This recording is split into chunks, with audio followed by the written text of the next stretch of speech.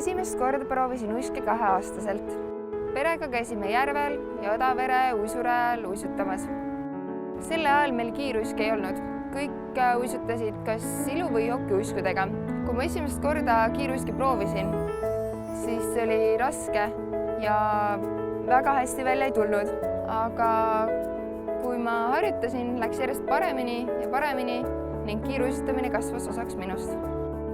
Seks olen kiiruisutamisega tegelenud 9 aastat. Mind köidab selle spordiala juures kõige rohkem see, et kiiruisutamine on väga raske ala nii vaimselt, füüsiliselt kui ka tehniliselt. Pean olema mitmekülgselt tugev, et selles edu saavutada. Üheks edu aluseks on kiired uisud. Koostöös stardipaigaga pöördun heade inimeste poole, kes toetaksid minu uute uiskude ja varustuse ostu.